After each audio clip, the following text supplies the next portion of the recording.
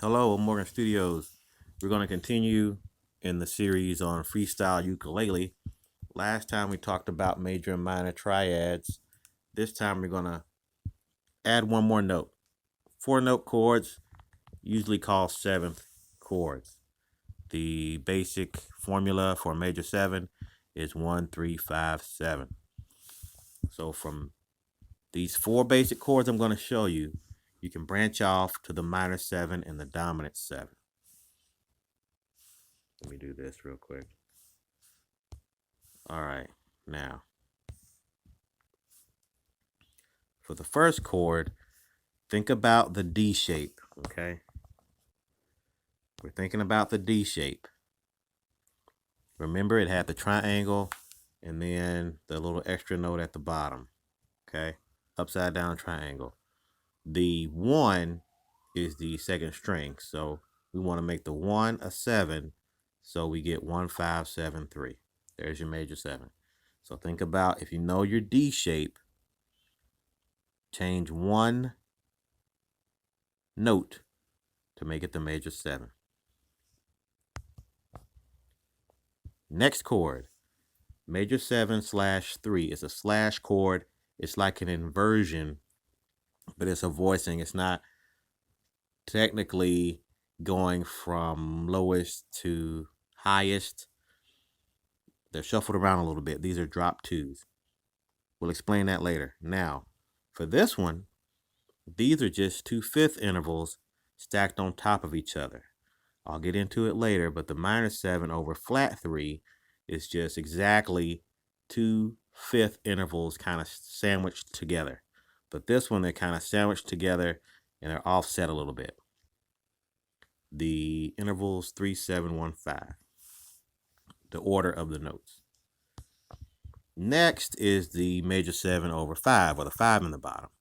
This is the 5, 1, 3, 7. You can recognize this from the G shape, right? Think about the G shape on this one. See how we're kind of using what we already know and kind of just building on it, deriving it. This is a good way to just kind of remember things, keep it in your head, so you don't have to go to the book all the time. It'll make it more fun when you actually know this. You just have to get past this learning curve here. 7th chords now. 5, 1, 3, 7. We're just changing one note, right? That top, the highest string on the top. For the major 7 over 7, we go either, we morph the minor 7 over flat 7, which is just a straight line, or we use the E F shape and we just modify the bottom note. We go and make the 1 a 7, so it's 7, 3, 5, 1. Okay, so these are the 4 major 7s that you should know. They're drop 2s because if you think about the formula, 1, 3, 5, 7, and you go 2 from the top is the 7, the second note from the top is 5. If you drop it and put it in the front, you get 5, 1, 3, or 5, 1, 3, 7, which is this one right here. You get the 5, 1, 3, 7. Drop 2. Now, once you know these, use the formulas, you can get your minor 7 and your dominant 7. But focus on getting just the major 7s from the just basic triad major shapes. The only one that'll be kind of hard is this major 7 over 3. You just have to remember it's 2/5. So,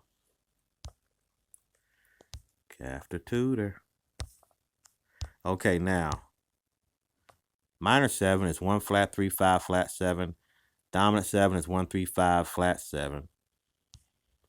Know your basic formulas and your intervals. That's the basic key of how to remember these things. If you have the shapes, that's good.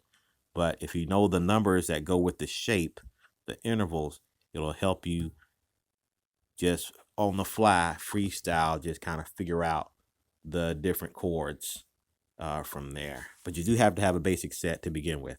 It's like mixing colors, like I said before, red, yellow, blue. You just need 3 colors to make the colors of the rainbow, right?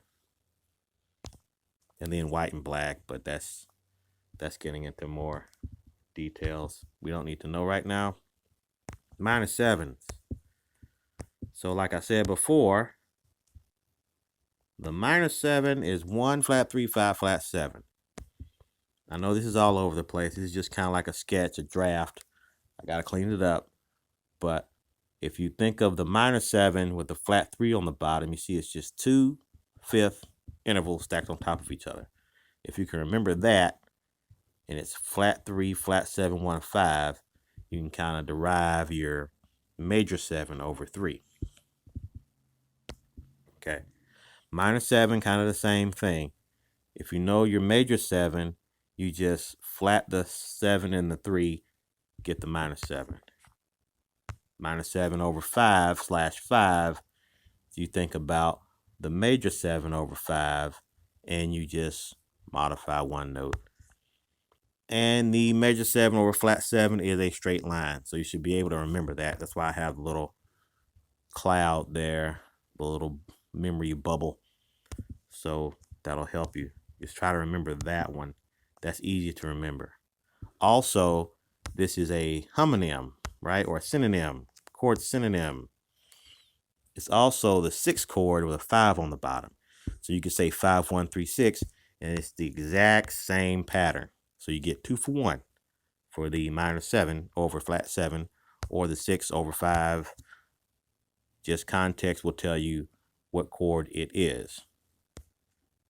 And then this is a good one to kind of remember, just the 2 fifths. The pattern is kind of easy to kind of see the pattern, right? And these others, the minor 7 root, and then the minor 7 over 5, you just have to kind of know the other stuff and kind of build from that. Okay, last, we're almost there. We just need a set of major 7, minor 7, and dominant 7 chords to form kind of like a foundation for your 7th chords. These come up in jazz.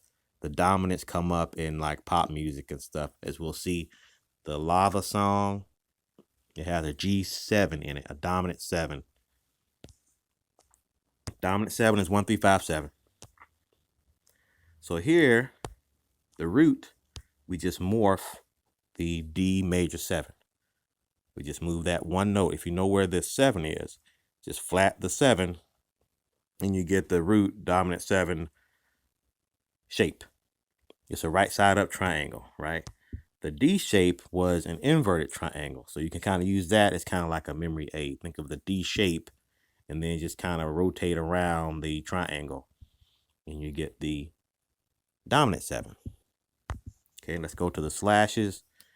The dominant 7 over 3, just think of the minor 7 over flat 3.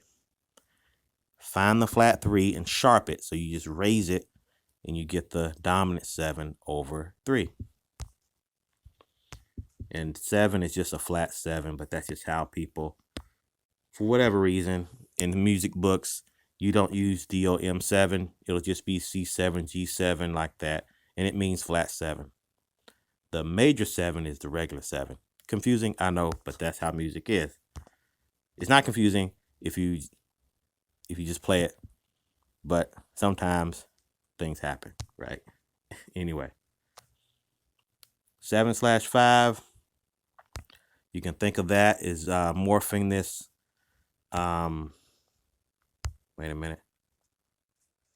Okay, it's a straight line. It's almost like the G shape, right? The G shape, and then you move the top string, and then the dominant 7 with the flat 7 on the bottom, you just morph the minor 7 over flat 7, just move that one dot, move it down to get the dominant 7 over flat 7.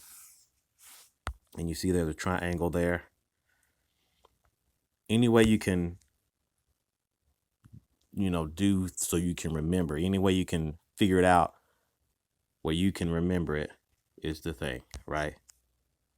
You have to keep it. Know your intervals. And that's what I mean. Like 2 dots beside each other, they're a fourth. If it's on the bottom 2 strings, you skip one, it's a seventh, flat seventh, I mean. Over and down is a fifth. Over and 2 down is a fifth. Last but not least, Mommy Misses Daddy's quadruple somersault. That's kind of a funny picture to think of to help you remember all your different kind of sevenths, how you can change them, switch them up. M is the major 7, the little m is the minor 7, the little m is minor major 7. Misses, MIS, minor 6. SS is the 6th chord. And D for dominant, a little d for diminished, double D for whole diminished, quad for quartal chords. We'll talk about these later. Somersault, S and S, that's suspended, like the 7sus4 chord. Alt is the altered chords, the sharp 5s and the flat 5s. If you have all of those, if you can just remember that phrase, that'll give you a big chunk of all these different 7s that are out there. If you're like into jazz or whatever, you get into a lot of different types of 7s. And then the pièce de résistance, I won't get into it now, but the last family of chords are the extended chords, the 9ths, 11ths, and 13ths. How we're going to do it is use slash chords, abbreviated chords, to kind of get those extended 9ths, 11ths, and 13ths, and then we'll go from there, right?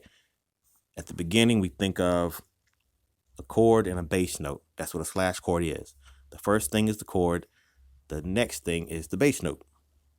So C/F is F in the bass, C, E, G. That's a F over C slash chord. We'll have major over the bass note and minor chords over the bass note. And those get us a lot of the way on these extended 9ths, 11ths, and 13ths. So exercise you can do, I guess I'm getting into it now. You can find a major chord and then follow the major scale. 1, 2, 3, 4, 5, 6, 7. Every note in the scale gets a turn as the bass note. And as you do that, you form these 9ths, 11ths, and 13ths. Okay? Just know that this is an easy way you can kind of shortcut getting into these extra chords, right?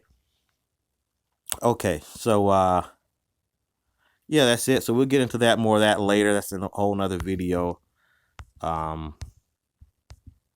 Yeah, major over 4, that's the add 9. Not add 9, but like it's the major 9, no 3.